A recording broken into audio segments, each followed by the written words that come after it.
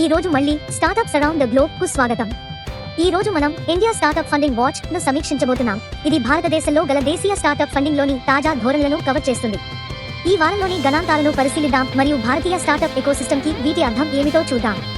ఈ వారంలో సెప్టెంబర్ 7 నుండి 13 మధ్యలో భారతీయ స్టార్టప్స్ మొత్తం $128.3 మిలియన్ ఫండింగ్ ను సేకరించాయి.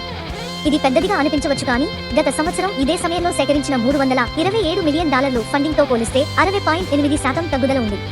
అంతేకాక గత వారంలో సేకరించిన $220.3 మిలియన్ తో 41.8% తగ్గుదలని సూచిస్తుంది. ఇప్పుడు ఈ వారంలో భారతదేశంలో అత్యధిక ఫండింగ్ రౌండ్లను గురించి మాట్లాడుకుందాం.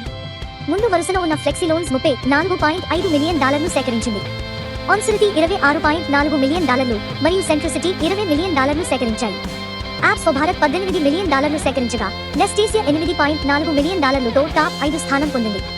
ఈ వారంలో అత్యంత చురుకుగా వ్యవహరించిన దేశీయ వెంచర్ క్యాపిటలిస్టులను చూస్తే నెక్సస్ వెంచర్ పార్ట్నర్స్, ఫండమెంటల్ మరియు సిగ్ వెంచర్ క్యాపిటల్ ప్రతి ఒక్కరూ 2 ఒప్పందాలను ముగించారు.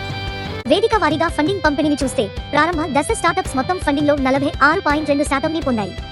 సీడ్ దశ స్టార్టప్స్ 30.5% మరియు తుది దశ స్టార్టప్స్ 23.3% ఫండింగ్ పొందాయి. ఈ వారంలో గణాంకాలు భారతీయ స్టార్టప్స్ ఫండింగ్ సురక్షితంగా పొందడంలో ఎదుర్కొంటున్న సవాళ్లను హైలైట్ చేస్తున్నాయి.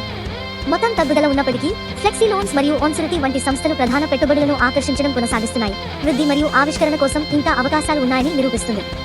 ఈ సమాచారం మీకు ఉపయోగకరంగా అనిపిస్తే లైక్ చేయండి, సబ్స్క్రైబ్ చేయండి మరియు భారతీయ స్టార్టప్ ఫండింగ్ లోని తాజా నవీకరణలను మిస్ కాకుండా ఉండండి.